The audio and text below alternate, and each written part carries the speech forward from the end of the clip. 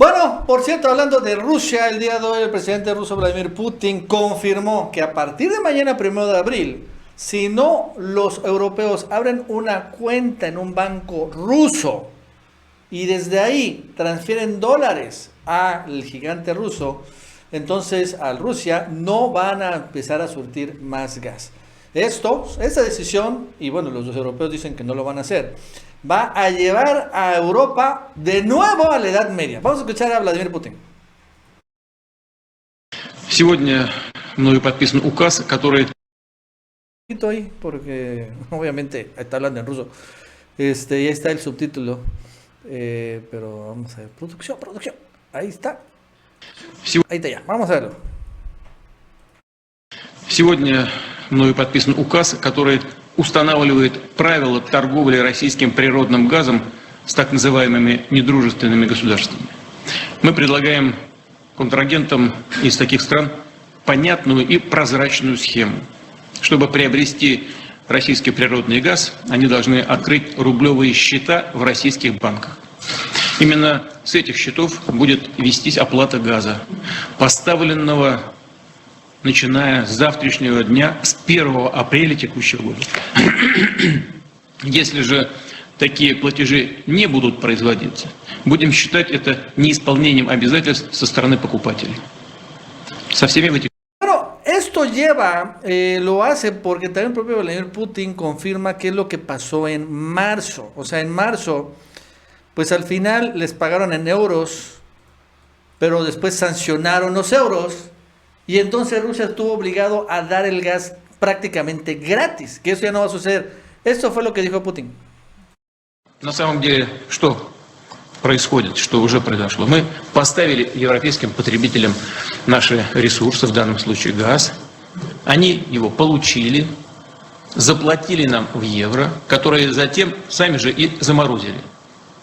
В этой связи есть все основания считать, что часть поставленного газа в Европу мы поставили фактически бесплатно. На самом деле, что? Es lo que llevó a Rusia a tomar la decisión de que se pague en rublos, ¿no? Una forma muy importante. Aparte, Mauricio, los rublos,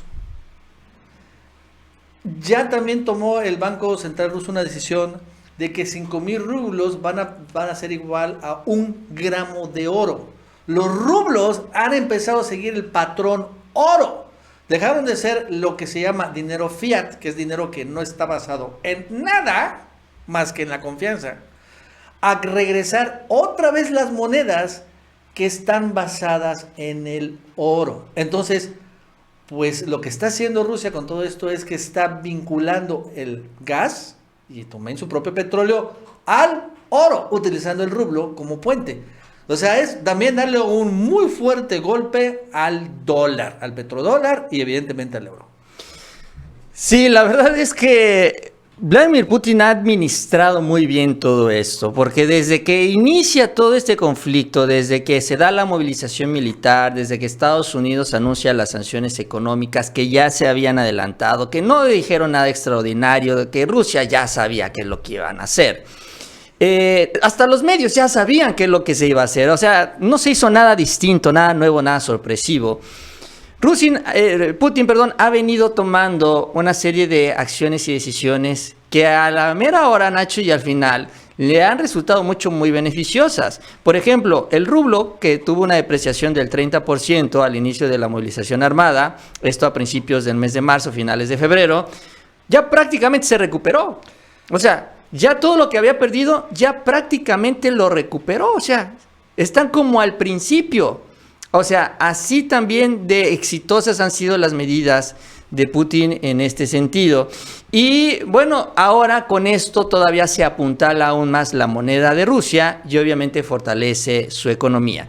Y es que yo sigo sin entender en qué momento se le ocurre tanto a Europa, y hay que decirlo también a Estados Unidos, meterse a esta guerra sin fusil. O sea, literal, llegaron a la guerra sin fusil. O para decirlo en propias palabras, o más una comparación más exitosa, cada uno tenía su rifle, pero el único que tiene balas es Rusia. Entonces realmente se quedaron nada más con el fusil en la mano. No pueden hacer nada porque los que tienen el control de los energéticos son los rusos. Eso se sabía antes y obviamente se tiene más claro ahora. Y al tener ellos el control de los energéticos, ellos ponen las reglas. Por eso es tan importante lo que está haciendo el presidente Obrador, y ese es el tamaño del daño que se ha hecho en México. Acá en México se querían regalar estos energéticos, se querían entregar a las empresas extranjeras. En el caso del gas, pues prácticamente somos dependientes porque así se firmaron contratos. Ahorita vamos a hablar de este tema, pero bueno, esa es la relevancia de tener este control. Entonces, ellos pues manejan lo que es el futuro de Europa desde Rusia y ponen estas condiciones porque las pueden poner y Rusia se va a tener que someter, si no, se van a quedar sin el gas de Rusia. Pero repito, esto se sabía desde antes y desde ahora. ¿Qué es lo que debieron haber hecho? Se debieron haber preparado.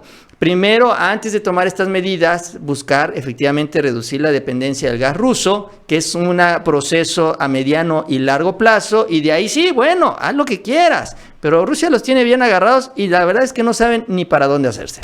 Sí, Mauricio, mira, o sea, Alemania, que es la superpotencia europea, es el país más importante de la Unión Europea, depende en 40% del gas ruso. Hay países como Finlandia que dependen del 100% del gas ruso.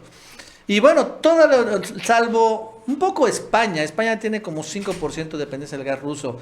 El Reino Unido tiene como 3% de dependencia, que podrían zafarse un poco de esto.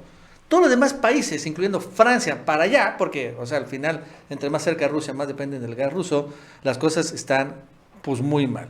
Por cierto, el presidente López Obrador, también de manera sumamente hábil el día de hoy, viendo también lo que está pasando a nivel mundial, dijo, bueno, si Europa necesita gas y pues no quiere comprárselo a Rusia, pues ¿qué creen? Pues que en México tenemos gas y nos sobra gas mexicano y por cierto estadounidense, porque hubieron unos contratos leoninos donde, bueno, al final estamos comprando un montón de gas y barato, porque no se lo revendemos. Muy interesante, y hoy se lo va a plantear a los estadounidenses. Vamos a escuchar a López Obrador. Que quieren también invertir en México. Hay muchísimas posibilidades de inversión.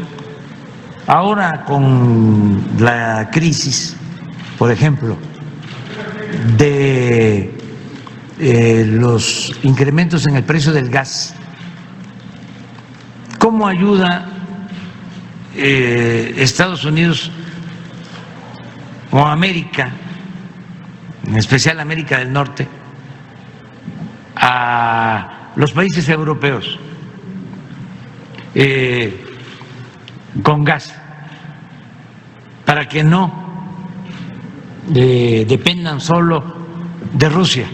Entonces, Alemania depende del gas de Rusia.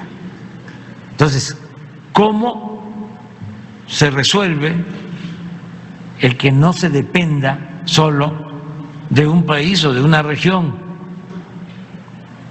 Bueno, se necesita invertir, se necesitan nuevas tecnologías. En Estados Unidos deben de haber, cuando mucho, 8 plantas de licuefacción. Estas plantas son las que permiten congelar el gas para poderlo transportar. En el Pacífico creo que no hay ninguna planta de licuefacción. Y en el Golfo, en Estados Unidos, deben de ser, cuando mucho, 6, pero no son suficientes. Entonces, ¿qué posibilidades de inversión hay? Nosotros tenemos gas excedente por esa compra que hicieron con los gasoductos, por ese negocio bueno para empresas y muy malo para la nación. Pero bueno, ya tenemos gas que no vamos a poder utilizar en años, que los tenemos que andar revendiendo para no perder tanto. Fue de esos contratos leoninos que heredamos. Entonces, ¿quieren invertir? A ver,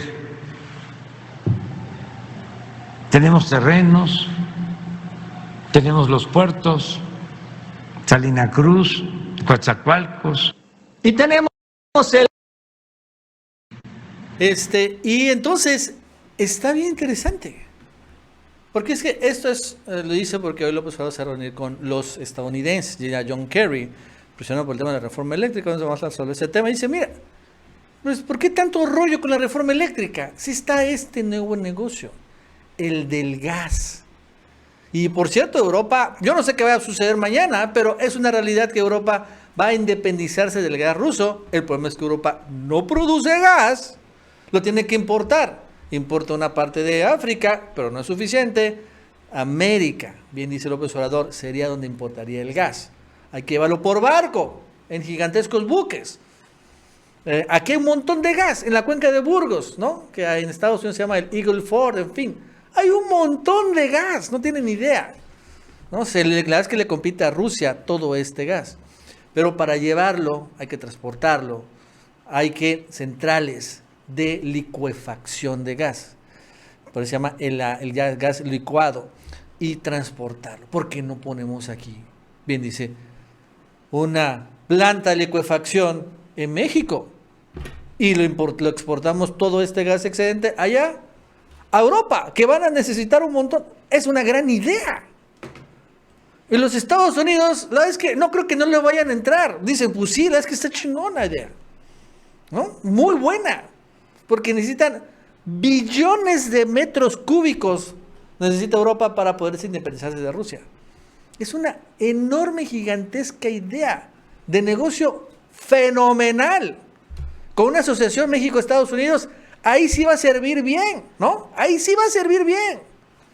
Los dos países van a recibir muy buenos recursos y divisas y le van a ayudar a Europa al mismo tiempo, ¿no? Entonces, es que buena, que la verdad es que el presidente reconoce que es bien avispado en este tema. Por cierto, Mauricio se tuvo que ir, ya me voy a quedar yo nada más. Pero les comento que también la reforma eléctrica, bueno, al margen de eso va caminando. El día de hoy el PRI y el PRD presentaron sus respectivos reformas eléctricas, sus cambios constitucionales, que son verdaderamente cosméticos. Sigue siendo exactamente igual a la reforma eléctrica. Incluso, honestamente, la reforma eléctrica del PRD es hasta mucho más generosa con las empresas privadas y los extranjeros. La verdad es que cómo se ha transformado el PRD de un partido que, bueno, finalmente era de izquierda a algo que es absolutamente entreguista, es increíble. Pero está pasando algo. Fíjense que, acuérdense que la reforma eléctrica se va a aprobar, o el plan cuando menos, la verdadera reforma eléctrica es aprobarla a través de la Corte, porque en unos días más la Corte va a sesionar para que validen la constitucionalidad de la original reforma eléctrica que se aprobó el año pasado. Esa reforma eléctrica que fue inmediatamente frenada por amparos. Entonces, por eso el presidente sacó esta segunda reforma eléctrica a nivel constitucional. Pero bueno, la primera reforma eléctrica ya va a llegar al final de todo un trayecto legal cuando la Corte sesione y se pronuncie sobre la legalidad. La ministra Loretta Ortiz es la encargada del proyecto, ya lo dio a conocer y en este proyecto confirma que es constitucional. Y con solo esta reforma eléctrica, todo lo que está proponiendo López Obrador, Manuel Bartlett, etcétera, se va a hacer realidad así. Una vez aprobada la constitucionalidad, de inmediato todos los amparos que todos están ahí se vienen abajo, todos esos amparos se vienen abajo y entra a trabajar. Se echan atrás los contratos de autoabastecimiento, se cambia el orden de despacho de la energía eléctrica y bueno, todos esos beneficios que ya se han comentado varias veces. Pero entonces, ¿qué están haciendo la oposición? Bueno, pues quieren tumbar a la ministra, Loretta Ortiz, ¿no? Es ella. Bueno, ahí la tienen, ¿no? Loretta Ortiz la quieren tumbar porque Loretta Ortiz fue legisladora del PT cuando se aprobó la actual reforma, o sea, las actuales leyes con Peña Nieto. Ella fue del PT y ella votó en contra de la reforma energética peñista. Entonces, los que están diciendo, no puede votar ella porque tiene un conflicto de interés. Pero honestamente yo no le veo ni pies ni cabezas a eso. No veo un verdadero conflicto de interés detrás de eso, porque bueno, en automático todos los que fueron diputados no podrían ser tampoco ministros ni jueces. Pero de todos modos sí lo quieren tumbar por ahí. Vamos a ver qué pasa, porque ya los grupos de oposición del Senado ya mandaron una carta y la Corte tiene que votar también si puede o no Loretta Ortiz ser parte de esto. Y es importante porque se necesitan 4 votos. Y Obrador sí tiene, por lo que yo tengo entendido, 4 votos a su favor. Si toman a Loretta Ortiz y no puede votar, entonces sí las cosas se podrán complicar y bueno, al final echar para atrás pues que parece que se está a punto de dar. Pero vamos a ver qué sucede. Pero es que la reforma eléctrica, este tema está a punto de caminar. Y por cierto, para terminar, nada más que les quiero comentar que Ricardo Monreal tiene rato que no hablamos. Fíjense que hace, no sé, como 2 semanas se comentó que el amigo, la mano derecha de Ricardo Monreal, del Río Virgen, había obtenido un amparo para dejarlo en libertad. ¿Se acuerdan? Pues sucede que se echó para atrás el amparo. Y al final se va a quedar en la cárcel del Río Virgen. Pierde Ricardo Monreal. Le niegan de nuevo la libertad a Del Río y sigue otra vez preso. La verdad es que es pues una victoria para el influyentismo, ¿no? Un juzgado de Veracruz negó la libertad a Del Río para que enfrentara el proceso, a pesar de que sí, efectivamente tenía un amparo, pero lo cierto es que fue un amparo, como se llama, para efectos, no fue un amparo liso y llano, como el que salió por esta familiar política de Hertz. Y bueno, pues se vuelve a confirmar que se va a quedar. Eso es un gran revés a Monreal, porque él presume mucho de su influyentismo en el Poder Judicial, siendo pues líder del Senado, presidente de la Junta de Comisión Política, todavía tiene más influencia, etcétera, etcétera, y bueno, de una otra manera de Morena también. Y ha movido todos los hilos posibles para dejarlo libre y no ha podido.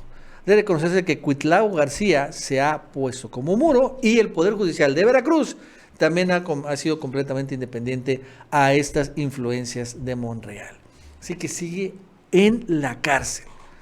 A veces, la verdad es que debe reconocerse que en ese sentido ya está perdiendo un montón de influencia el senador Monreal. Y que bueno, honestamente también, por ejemplo, ese tema de Hertz, pues también se notó que Hertz no tuvo influencia en la corte, ¿no? Al final es bueno que deje de haber este influyentismo, que honestamente es para peor.